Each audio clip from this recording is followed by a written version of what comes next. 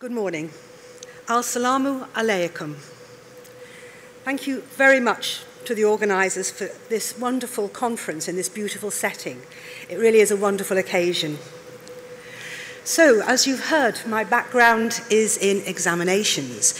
So I found the title, Beyond Grades, quite a challenge.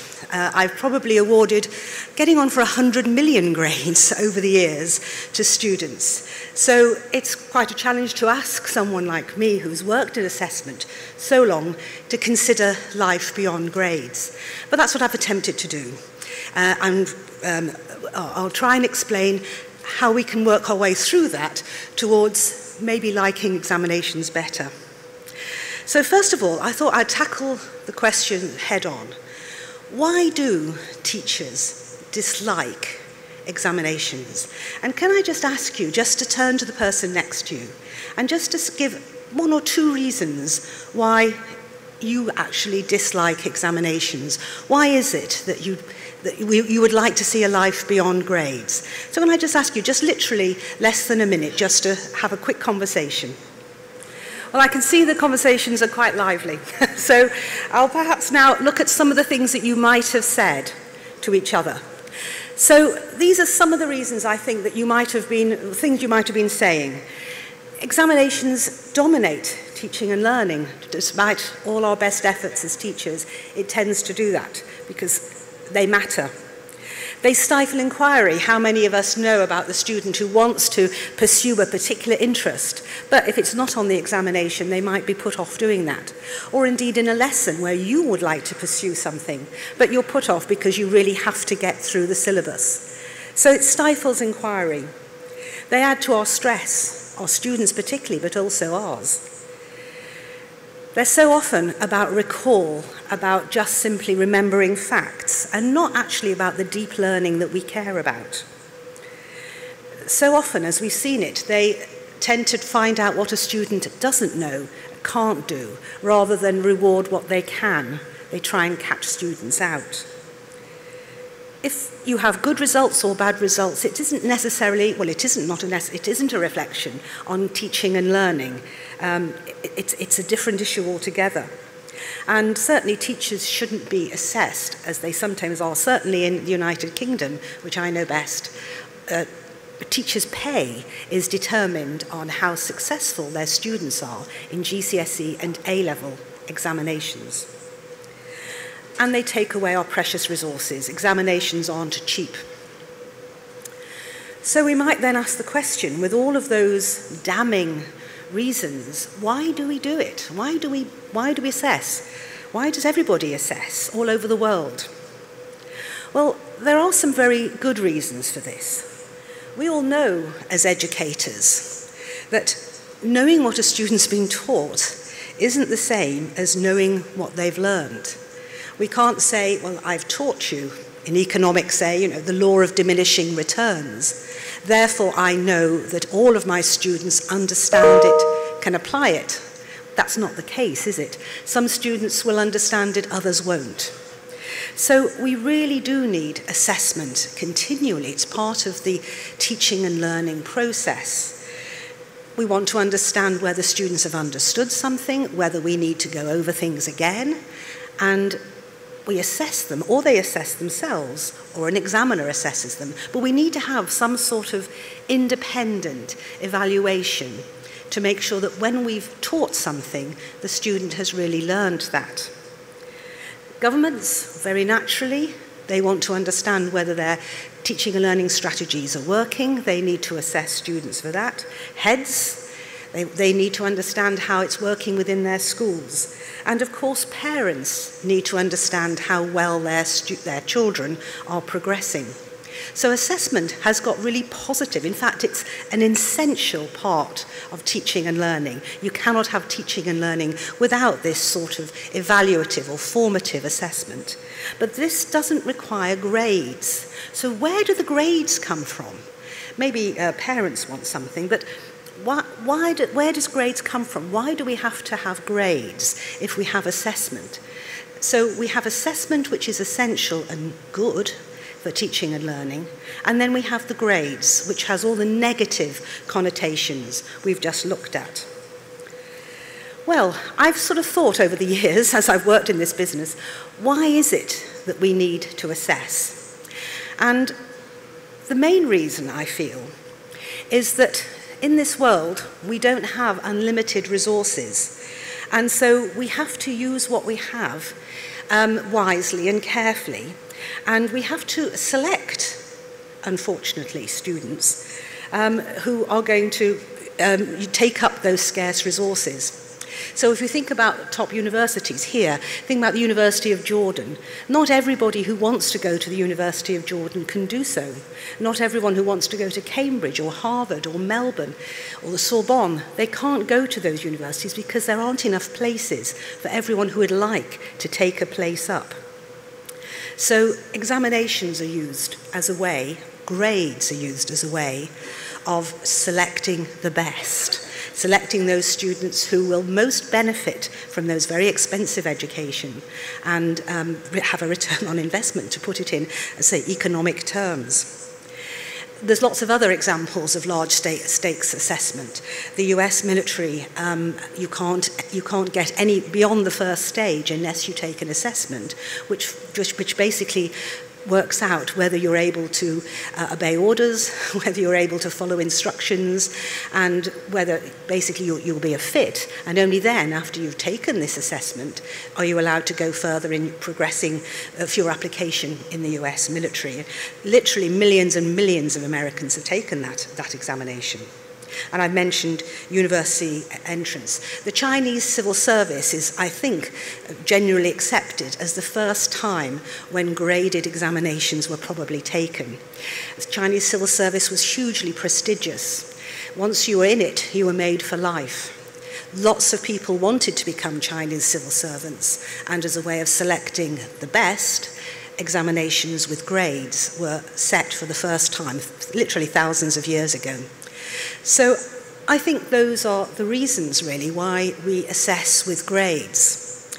Universities, of course, want to know what your grade is in, say, physics or French, mathematics. But in fact, even employers will use grades because they take a good set of grades as a proxy, if you like, for being intelligent, being capable. So subject grades are even used where the subject doesn't matter. It's still taken, people still will select on the basis of examination grades. But the last one is perhaps something that is most important. And we had Anas earlier from Jubilee School, which resonated with me. And I think about my grandparents. I'm from the United Kingdom, and my grandparents and all my generations before them were poor people. My grandfather in particular was a very clever man. I remember him well. He sort of invented little things for us. But there was no way he could ever have gone to university. It was impossible for somebody like him to have gone to university, though all his children and grandchildren subsequently did. And the reason he couldn't was because they didn't have public examinations in his day. You went to university if your father did, and his father did, or if you had some sort of patronage from somebody who was willing to pick you up and help you on your way. But for most people, university was out of the question. Once we had public examinations, then it doesn't matter who you are. If you have got the grades, then you're able to progress and go to university and have the sort of career that a degree enables. So social mobility, to my mind, is quite difficult if we don't have grades. We don't have that way of anybody demonstrating that they're capable of having a university education and a professional career. Before that, this wasn't possible. So there are some good things to come out of these grades, as well as the negative things that we've talked about. And as I say, we had a good example just this morning. So perhaps the question isn't life beyond grades, so much as how can we make those grades something that doesn't have all the negative connotations which you talked about right at the beginning of this session and which I put up on the screen subsequently. How can we have the benefits of grades, but but not the disadvantages, or not all of the disadvantages. So, thinking about this, I went back to first principles. And as always when I do this, I go back to the early days of the International Baccalaureate, when education was really thought about in such a deep way. And the first Director General, a man called Alec Peterson, came up with this as his definition of assessment. And in all my years working in this industry, I've never seen a better description of what we're trying to do. It's the bit in the beginning, he says, a process which is valid. It assesses the whole endowment and personality of the pupil. And if we think about the public examinations we know about, the national examinations I'm familiar with, they don't do that. They don't even attempt to do that. They assess different things. But right back in 1968, when the IB was being set up and people were thinking so deeply about education, this was how Alec Peterson felt the IB should be assessing. And if we can even approach that aspiration 50 years of the IB down the line, then I think we'll be serving him well, serving his memory well. So what is it that is important? How do we look at the endowment and personality of the whole pupil? Well, one way is by looking at a model that I'm sure you're all familiar with, which is Bloom's taxonomy of thinking skills. So the model on the left shows his original model back in 1956, and that has been updated more recently to change just some of the terminology, but it's changed very little. Basically, the taxonomy says we have lower order thinking skills, simple recall, simple understanding, and there are higher order thinking skills, which are creating, evaluating, synthesizing. And as educators, it's these higher order skills that we want to help our children to reach and to develop, those higher order thinking skills. And that's therefore what we should be assessing. So it's no good us teaching our students those higher order thinking skills if at the end of the day they're only assessed on the lower order thinking skills.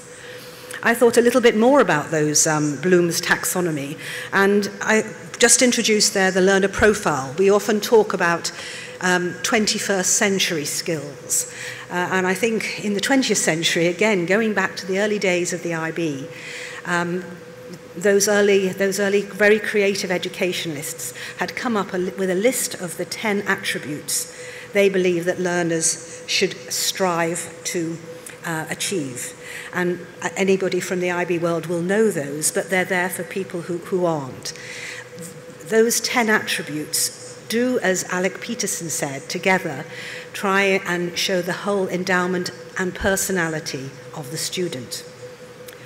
So how can we assess those skills, higher order thinking skills and the learner profile skills, rather than Bloom's lower order skills and at the low end of his taxonomy? It's not easy, and I say somebody who's been working in this area for so long. This is a very standard something that you can find anywhere, this approach on the internet if you're researching into assessment design. Basically, all assessments should meet, all good assessments, each one of those rings within the chain. If one of those rings is broken, then you haven't got a good assessment design. Just starting at the top, reliability.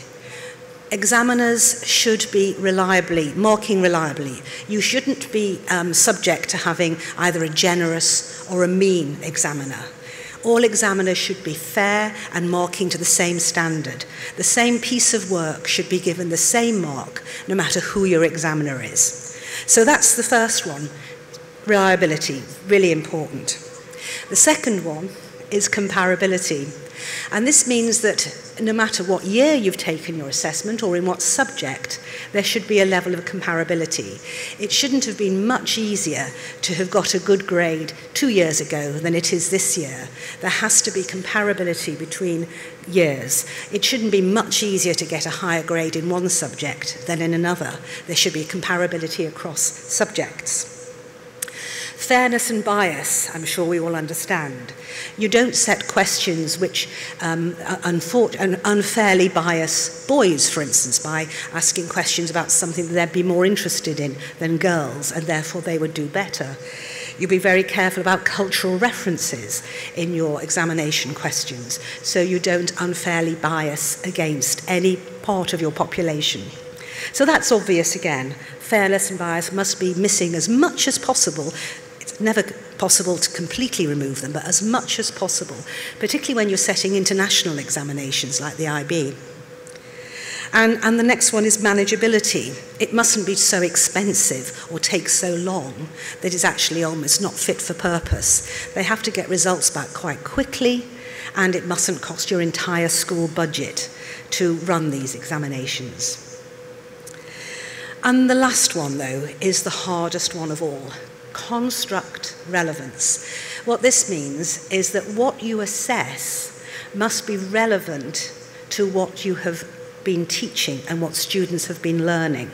And this is where we come, I think, to the main dichotomy of why we don't like examinations, because there isn't good construct relevance.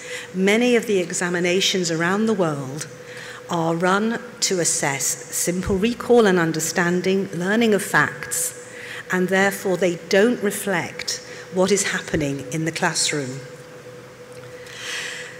So, what can we do about this? How can we have this wonderful, beautiful world where we like examinations and where we see that they have benefit? Yesterday, I had the great privilege of meeting the Minister of Education, Dr. Al-Razaz, and he was telling me and my colleagues from the IB that he would really like to reform the Tawjihi, the national examination, to focus more on the higher order skills, more on the learner profile skills, and less on recall in national examinations. This is something that also the IB is seeking to do.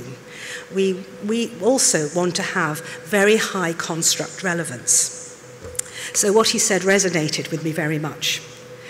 I have only got now another couple of minutes, unfortunately, so what I'd just like to do before I finish is just give a little bit of optimism and hope for the future. In the IB, we have the diploma programme, which is the most well-known, with quite traditional assessments, though we try to make them as construct relevant as possible. But we also have a middle years programme. And in this programme, we have moved towards e-assessments, assessments that students take on their computers. And straight away, for many students, construct relevance goes up, because this is how they work today. They don't sit down and write. They actually work on their computers. So as soon as you start taking students who work normally on their computers and make them work on pieces of paper, construct relevance instantly goes down.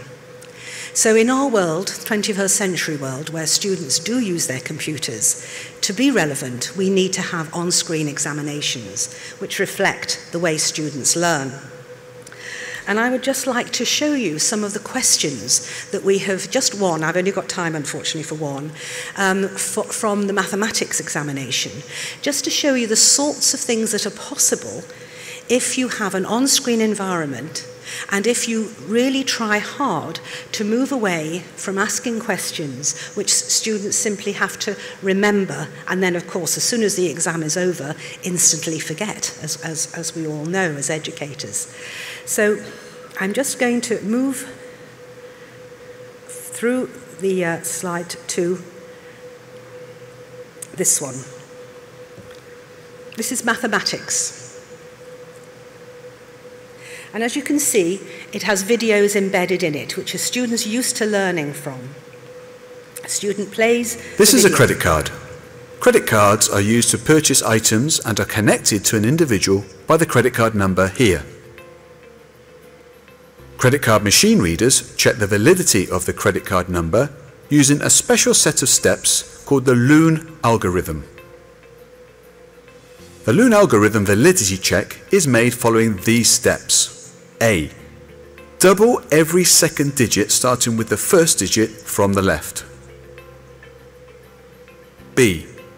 If the double digit is a 2-digit number, add the 2 digits together and write down the result.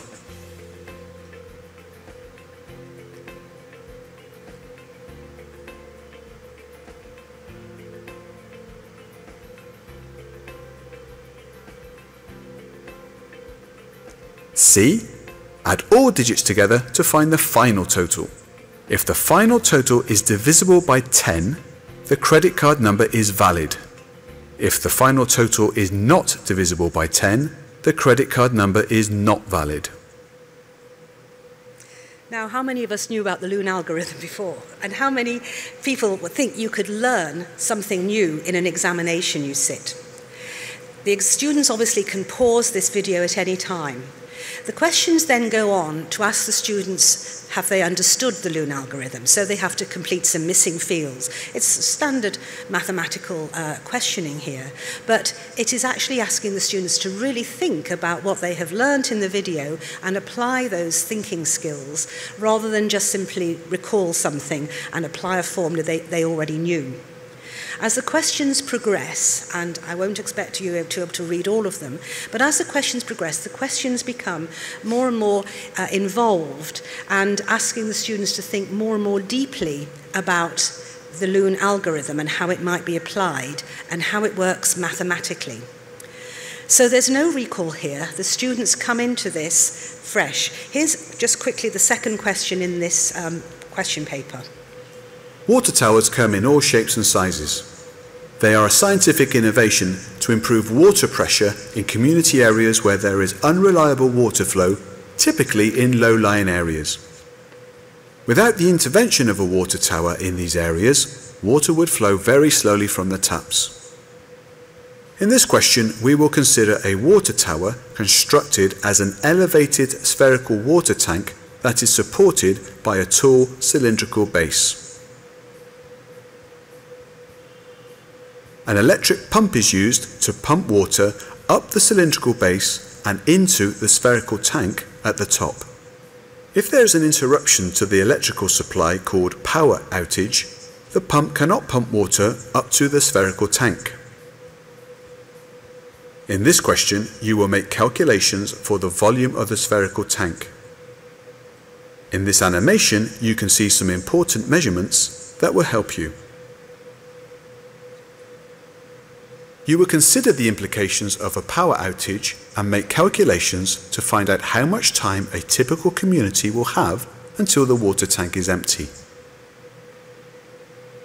You should outline guidelines for the community.